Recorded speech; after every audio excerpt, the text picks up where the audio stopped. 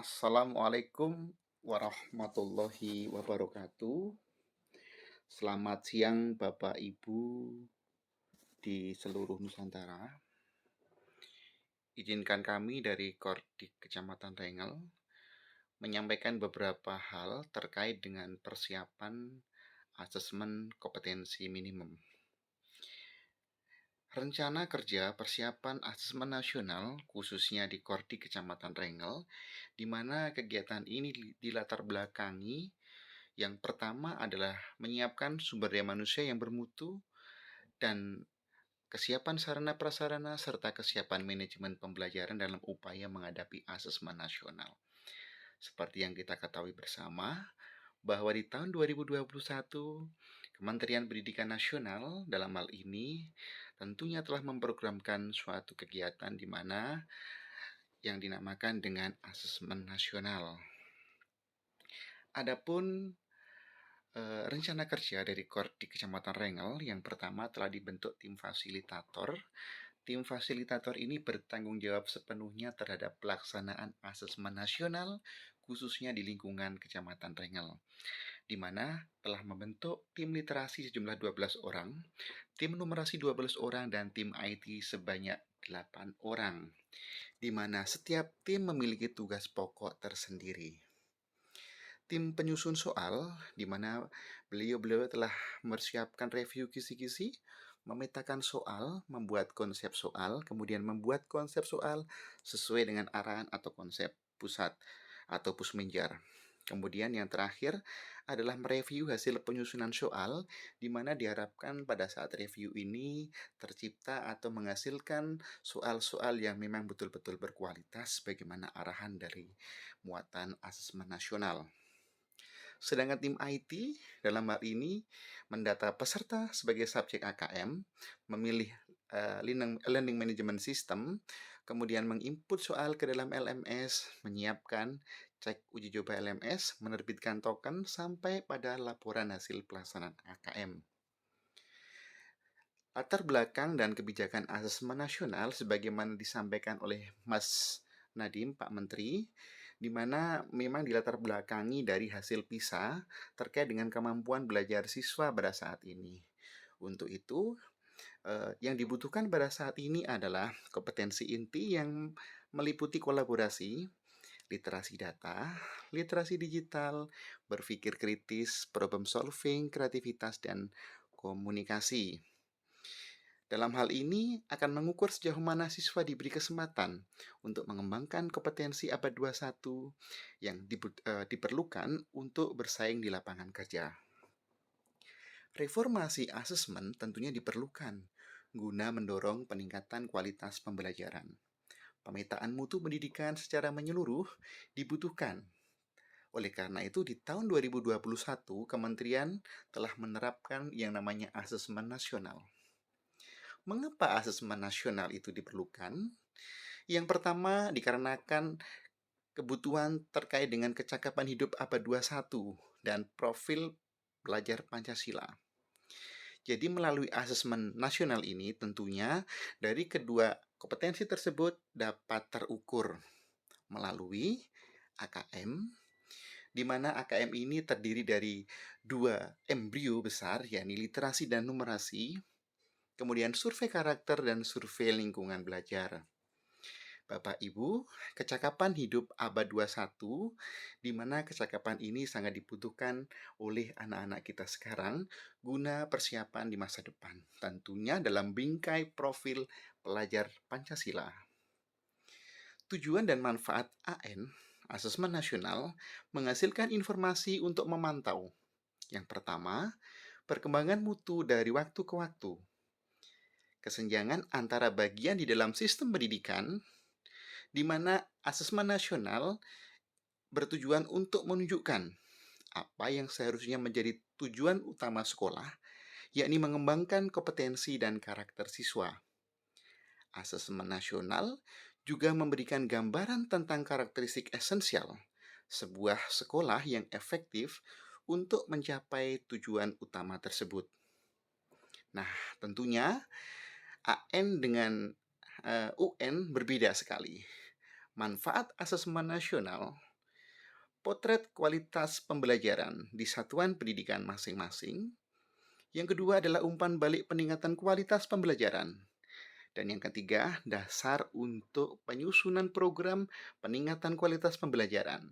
Jadi setelah pelaksanaan AKM ini, tentunya ada raport, pelaporan hasil di mana nanti setiap satuan pendidikan akan mengetahui sejauh mana kualitas pembelajaran, sehingga diperlukan rekomendasi dari dinas pendidikan terkait, treatment apa yang diperlukan guna peningkatan kualitas pendidikan di satuan pendidikan masing-masing.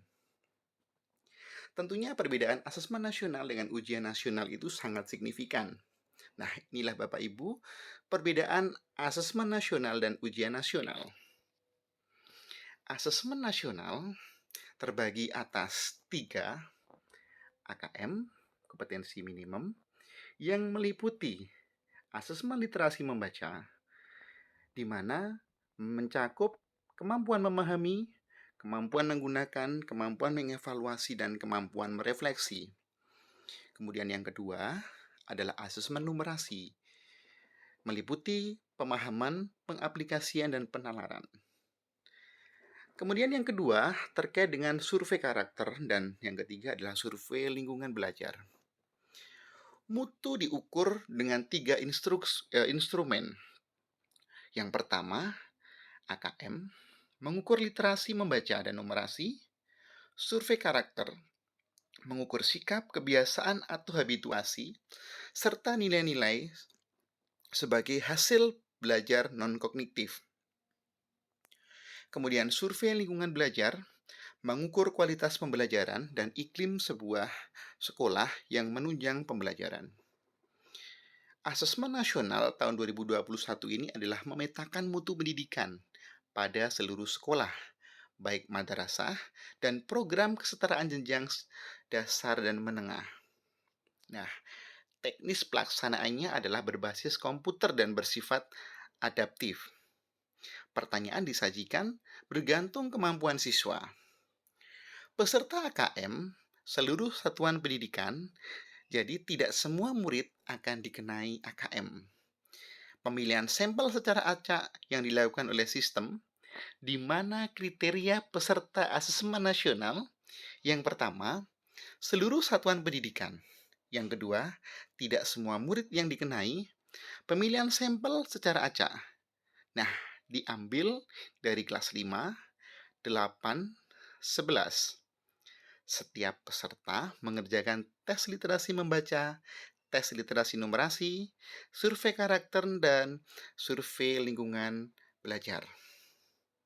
Adapun jadwal pelaksanaan asesmen nasional meliputi hari pertama, literasi sebanyak dengan memakan waktu 75 menit dan survei karakter 20 menit.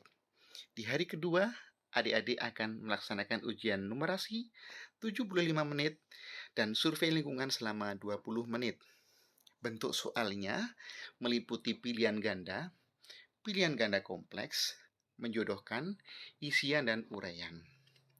Pemerintah menyediakan AKM kelas untuk membantu guru melakukan diagnosa di level individu murid. Jadi pada tataran ini adalah konsep literasi, ini adalah kemampuan. Komponen AKM literasi, kontennya, teks informasi, teks fiksi, kemudian proses kognitif meliputi menemukan informasi, menginterpretasikan dan mengintegrasi, serta pada tataran sampai pada evaluasi refleksi. Nah, ini adalah level yang diukur pada saat AKM. Di Pusmenjar Bapak Ibu juga disediakan simulasi, ini numerasinya. Kemudian yang ingin saya tekankan pada video ini adalah contohnya Bapak Ibu, bagaimana hasil AKM itu dilaporkan. Pelaporan asesmen kompetensi minimum tidak untuk individu siswa. Laporan pada level sekolah dan daerah untuk perbaikan pembelajaran di sekolah. Jadi hasil AKM dilaporkan dalam bentuk 4 kelompok yang menggambarkan tingkat kompetensi yang berbeda. Lah, inilah tingkatan kompetensi literasi membaca. Perlu intervensi khusus, dasar, cakap, maupun mahir. Begitu pula dengan tingkat kompetensi numerasi, perlu intervensi khusus, dasar, cakap, serta mahir. Nah, inilah yang dijadikan dasar patokan. Jadi, setelah AKM selesai, maka sekolah akan mampu menghasilkan sebuah potret sekolah, di mana potret sekolah ini apakah diperlukan intervensi khusus kategorinya atau kategori dasar cukup maupun mahir, sehingga setelah ada rapot ini, ada laporan, maka dinas terkait akan merekomendasikan treatment apa yang digunakan untuk peningkatan mutu pembelajaran di satuan pendidikan masing-masing. Contoh, di sekolah A, literasinya dalam taraf dasar. Apa yang menyebabkan sekolah A ini dalam kategori dasar? Maka diperlukan sebuah treatment, diperlukan sebuah perbaikan dalam upaya untuk peningkatan mutu pembelajaran. Terima kasih, mudah-mudahan apa yang menjadi materi pada konten ini dapat bermanfaat bagi Bapak Ibu semuanya. Dan saya akhiri, Assalamualaikum warahmatullahi wabarakatuh.